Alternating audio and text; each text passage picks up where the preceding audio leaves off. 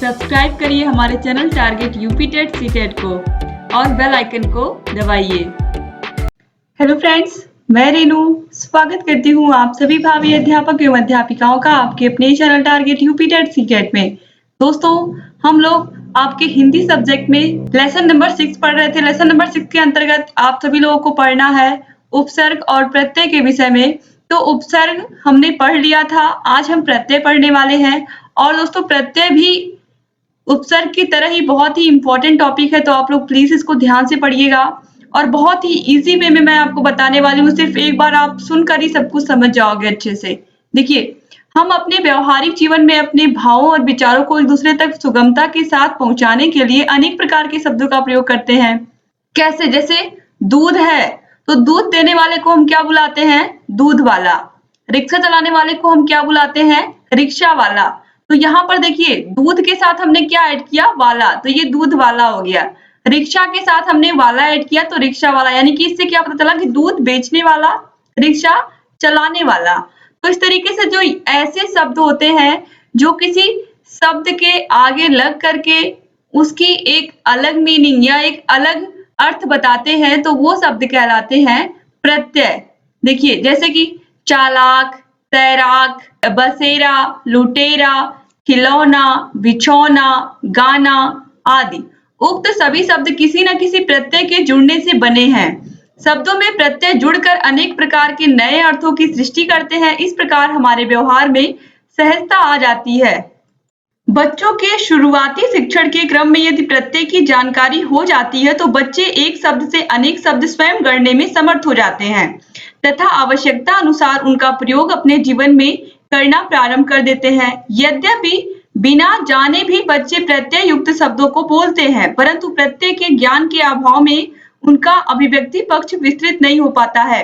इसलिए आवश्यक है कि प्रत्यय की जानकारी बच्चों को दी जाए, जिससे वे नए नए शब्दों को बना सकें तथा अपने आत्मविश्वास को बढ़ा सकें। यहाँ पर कहने का तात्पर्य है दोस्तों कि बच्चों को जो प्रत्यय टॉपिक है इसको बचपन में ही पढ़ाना चाहिए। बच्चे बोलते तो हैं, बहुत सारे शब्द यूज करते हैं, लेकिन उनको ये नहीं पता होता है कि हम प्रत्यय का प्रयोग कर रहे हैं। तो अगर बच्चों को प्रत्यय की जानकारी हम बचपन में छोटे क्लासों में ही बता देते हैं तो बच्चे उससे नए शब्दों को भी आसानी से बना लेते हैं और जो उनका शब्दकोश होता है हिंदी विषय का, वो बहुत ही स्ट्रांग होता है, बहुत ही मजबूत हो जाता है। तो यहाँ पर देखिए, किसी शब्द के अंत में लगकर उस शब्द के अर्थ को बदल देने वाला या नया अर्थ देने वाले शब्दांश को हम प्रत्यय कहते हैं। तो ये प्रत्यय की परिभाषा है। किसी भी शब्द के अंत में लगते हैं प्रत्यय और उसके अर्थ को बदल देते हैं। जैसे कि सज है, सज में आवट लगेगा तो ये सजावट हो जाएगा। मिल में आवट लगेगा तो ये मिलावट हो जाएगा। बन में वाई लगेगा तो ये बनवाई हो जाएगा। उपर्युक्त उदाहरणों को देखने से ज्ञात होता है कि एक प्रत्यय भिन्न भिन्न शब्दों में जुड़कर नए नए अर्थ को व्यक्त करता है। प्रत्यय मुख्य रूप से दो प्रकार का होता है। पहला होता है कृत प्रत्यय और दूसरा होता है तद्धित प्रत्यय। दोस्तों, सबसे पहले हम कृत प्रत्यय को देखेंगे। कृत प्रत्यय क्रियावाचक धातु रूपों में लगकर संज्ञा, विशेषण एवं क्रिया विशेष के बोधक होते हैं। जैसे ऊपर हम लोगों ने देखा था कि सजाना एक प्रकार की क्रिया है, इसमें आवट प्रत्यय जुड़कर सजावट शब्द बना तथा एक विशेष अर्थ का बोध कराया।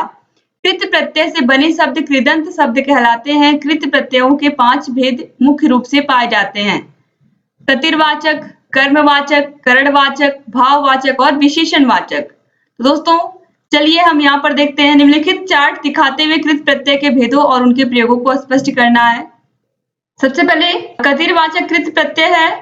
शब्द, धातु है लिख, चाल और प्रत्यय है अक। तो लिख में अक जुड़ेगा तो लेखक और चाल में जुड़ेगा तो ये अक प्रत्यय तो चालक।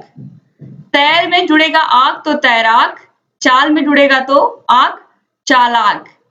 लूट शब्द धातु है ये और इसमें प्रत्यय एरा जुड़ेगा तो लुटेरा हो जाएगा। बस में जुड़ेगा तो ये एरा प्रत्यय जुड़ेगा तो ये बसेरा हो जाएगा। ऐसे ही भूल में, भूल शब्द में अगर प्रत्यय अक्कड़ जुड़ेगा तो ये भुलक्कड़ हो जाएगा और घूम शब्द में अगर अक्कड़ प्रत्यय जुड़ेगा तो ये क्या हो जाएगा? घुमक्कड़ हो जाएगा।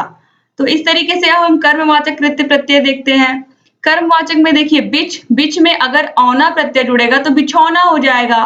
अगर खेल में औना प्रत्यय जुड़ेगा तो खिलौना हो जाएगा। ऐसे ही लिख में अगर ना प्रत्यय जुड़ेगा तो लिखना हो जाएगा।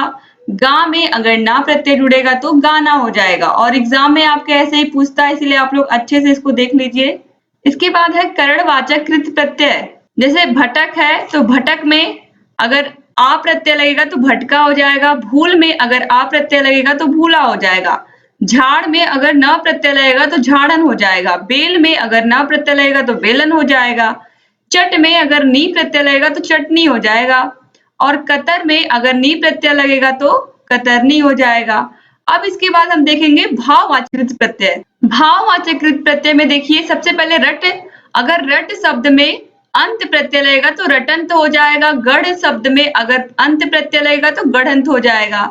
लिख शब्द में अगर आ प्रत्यय लगेगा तो लिखा हो जाएगा। चल शब्द में अगर आ प्रत्यय लगेगा तो चला हो जाएगा। और पढ़ शब्द में अगर आ प्रत्यय लगेगा तो पढ़ा हो जाएगा। ऐसे ही कम में अगर आई प्रत्यय लगेगा तो कमाई हो जाएगा। लिख में अगर आई प्रत्यय जुड़ेगा तो लिखाई हो जाएगा। चढ़ में अगर आई प्रत्यय जुड़ेगा तो चढ़ाई हो जाएगा। इसके बाद है थक। थक शब्द में अगर आवट प्रत्यय जुड़ेगा तो थकावट हो जाएगा। इसी प्रकार अगर मिल में जुड़ेगा तो मिलावट हो जाएगा। बन में जुड़ेगा आवट तो बनावट हो जाएगा। इसके बाद आता है शब्द बुला। बुला में अगर आवा जुड़ेगा तो बुलावा हो जाएगा। पहन में जुड़ेगा आवा तो पहनावा हो जाएगा। चल में जुड़ेगा आवा तो चलावा हो जाएगा। तो इस तरीके से ये आपने भाववाचक कृत प्रत्यय देख लिए। अब इसके बाद हम आते हैं विशेषणवाचक कृत प्रत्यय पर। विशेषणवाचक कृत प्रत्यय चलिए हम देखते हैं। सबसे पहले ये देखिए शब्द क्या है। गोप में अगर अनीय प्रत्यय लगेगा तो गोपनीय हो जाएगा। पठ में अगर अनीय प्रत्यय लगेगा तो पठनीय हो जाएगा। और अगर करण में अनीय प्रत्यय लगेगा तो करणीय हो जाएगा। ऐसे ही अगर दया शब्द में प्रत्यय आलू लगेगा तो दयालु हो जाएगा। कृपा में अगर लगेगा तो कृपालु हो जाएगा। ऐसे ही लिख शब्द में अगर वाला प्रत्यय लगेगा तो लिखने वाला हो जाएगा। गा में अगर वाला प्रत्यय लगेगा तो गाने वाला हो जाएगा। इसके बाद है दढ़ में अगर ईयल प्रत्यय लगेगा तो दढ़ियल हो जाएगा। और अगर अण में ईयल प्रत्यय लगेगा तो अड़ियल हो जाएगा। तो इस प्रकार उपयुक्त उदाहरणों से स्पष्ट है कि कृत प्रत्यय क्रियावाचक धातु मूलक शब्दों से ही जुड़ते हैं तथा भिन्न भिन्न अर्थ को द्योतित करते हैं।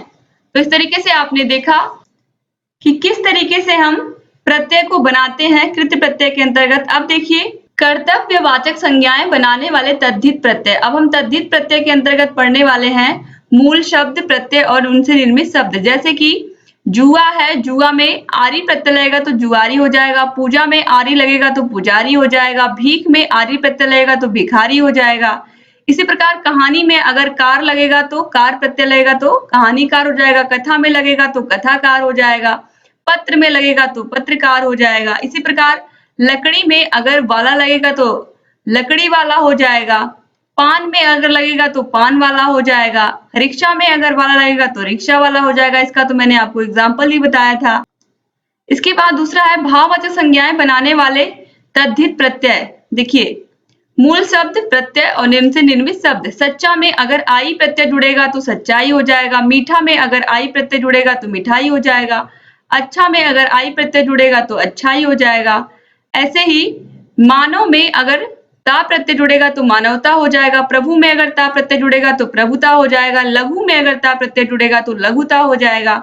इस तरीके से देव में अगर त्व प्रत्यय लगेगा तो देवत्व हो जाएगा। मनुष्य में अगर लगेगा तो मनुष्यत्व हो जाएगा। ईश्वर में लगेगा तो ईश्वरत्व हो जाएगा। ऐसे ही मोटा शब्द में अगर आपा प्रत्यय लगेगा तो मोटापा हो जाएगा। बूढ़ा में लगेगा तो बुढ़ापा हो जाएगा। इसके बाद हम आते हैं संबंधवाचक संज्ञाएं बनाने वाले तद्धित प्रत्यय की ओर। चलिए देखते हैं। मूल शब्द ससुर है। ससुर में अगर आल प्रत्यय जुड़ेगा तो ससुराल हो जाएगा। नाना में अगर हाल प्रत्यय जुड़ेगा तो ननिहाल हो जाएगा। और अगर मामा में एरा जुड़ेगा तो एरा प्रत्यय जुड़ेगा तो ममेरा हो जाएगा। अब इसके बाद हम विशेषण बनाने वाले तद्धित प्रत्यय देखेंगे। विशेषण बनाने वाले तद्धित प्रत्यय के अंतर्गत मूल शब्द देखिए, प्रत्यय और इनसे निर्मित शब्द कौन कौन से। सबसे पहले देखिए दोस्तों यहाँ पर मूल शब्द में है धर्म। धर्म में अगर इक प्रत्यय जुड़ेगा तो धार्मिक। नीति में अगर इक प्रत्यय जुड़ेगा तो नैतिक। और अगर लोक में जुड़ेगा तो लौकिक। ऐसे ही राष्ट्र में अगर ई प्रत्यय जुड़ेगा तो राष्ट्रीय। प्रांत में जुड़ेगा तो प्रांतीय। भारत में जुड़ेगा तो भारतीय। ये बहुत ही महत्वपूर्ण है दोस्तों। इसके बाद है गुण में अगर वान प्रत्यय जुड़ेगा तो गुणवान। धन में जुड़ेगा तो धनवान। बल में जुड़ेगा तो बलवान। इसके बाद लघुता तद्धित प्रत्यय।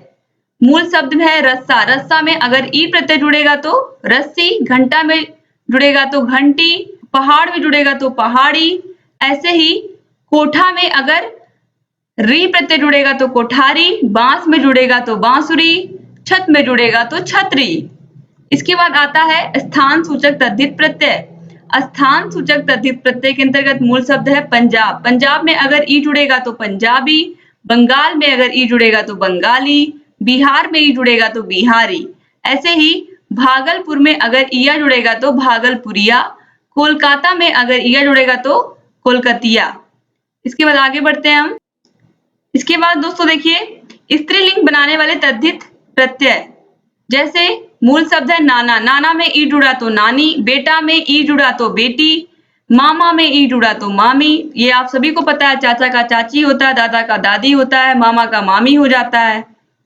इसके बाद देखिए पंडित का आनी जुड़ेगा तो पंडितानी, सेठ में जुड़ेगा तो सेठानी, नौकर में जुड़ेगा तो नौकरानी। इसी प्रकार शेर मूल शब्द में अगर नी मतलब नी अगर जुड़ेगा नी प्रत्यय तो शेरनी हो जाएगा, मोर में जुड़ेगा तो मोरनी हो जाएगा, हाथी में जुड़ेगा तो हथिनी हो जाएगा। इसके बाद आगे हम बढ़ते हैं बहुवचन बनाने वाले तद्धित प्रत्यय कौन कौन से, चलिए देखते हैं। मेज में अगर ए प्रत्यय लगेगा तो ये मेजे हो जाएगा, छत में अगर ए प्रत्यय लगेगा तो छते हो जाएगा, सड़क पे लगेगा तो सड़कें हो जाएगा। इसके बाद है चीटी, चीटी में अगर इया लगेगा तो चीटियां हो जाएगा, चिड़िया में अगर इया प्रत्यय लगेगा तो चिड़िया हो जाएगा, कुर्सी में अगर इया प्रत्यय लगेगा तो कुर्सियां हो जाएगा। इसके बाद देखिए दोस्तों बेटा, चीता और रसगुल्ला में अगर ए प्रत्यय लगेगा तो बेटा का बेटे हो जाएगा, चीता का चीते हो जाएगा, रसगुल्ला का रसगुल्ले हो जाएगा। उपर्युक्त उदाहरणों से स्पष्ट है कि तद्धित प्रत्यय भिन्न भिन्न अर्थों को अभिव्यक्त करने हेतु संज्ञा, सर्वनाम और विशेषण शब्दों के साथ जुड़कर नए शब्द बनाते हैं। तो दोस्तों इस तरीके से आपने आज प्रत्यय टॉपिक पूरा पढ़ लिया और प्रत्यय के बाद हम सामासिक शब्दों को पढ़ेंगे। तो उम्मीद करती हूँ कि आज का टॉपिक आपको पसंद आया होगा। अगर वीडियो अच्छा लगा तो प्लीज वीडियो को लाइक कर दीजिए और आपके जितने भी फ्रेंड्स हैं सबको इस वीडियो को शेयर कर दीजिए, जिससे अधिक से अधिक हमारे डीएलएड के भाई बहन हमसे जुड़ सके और लगातार हमारे सभी वीडियोस को देख सके। दोस्तों अगर अभी तक आपने हमारे चैनल को सब्सक्राइब नहीं किया तो प्लीज तुरंत सब्सक्राइब करिए और बेल आइकन को जरूर प्रेस कर दीजिए, जिससे हम जो भी नई वीडियोस बनाते हैं उसका नोटिफिकेशन आपके पास समय से पहुंच जाए और आप हमारे सभी वीडियोस को ऐसे ही लगातार देखते रहें। तो एक बार फिर से आप सभी का बहुत बहुत धन्यवाद दोस्तों हम लोग आपके सभी सब्जेक्ट को पढ़ा रहे हैं, आपके सभी सब्जेक्ट की क्लासेस ले रहे हैं और सभी सब्जेक्ट की क्लासेस की हमने प्लेलिस्ट बना दी है। प्लेलिस्ट का लिंक आपको इस वीडियो के नीचे डिस्क्रिप्शन बॉक्स में मिल जाएगा। इसके अलावा आपको अगर कहीं कोई समस्या है तो आप कमेंट बॉक्स में कमेंट करके हमसे पूछ सकते हैं, क्योंकि यहाँ पर आपके सभी कमेंट्स का आंसर हम देते हैं और लगातार आप लोग के लिए अच्छा करने का प्रयास करते हैं। दोस्तों अगर आपको कहीं कोई समस्या होगी तो कमेंट करना बिल्कुल मत भूलिएगा और लगातार हमारे चैनल से ऐसे ही बने रहिए। तो मिलते हैं नेक्स्ट वीडियो में दोस्तों, तब तक अपना ख्याल रखिएगा। जय हिंद दोस्तों।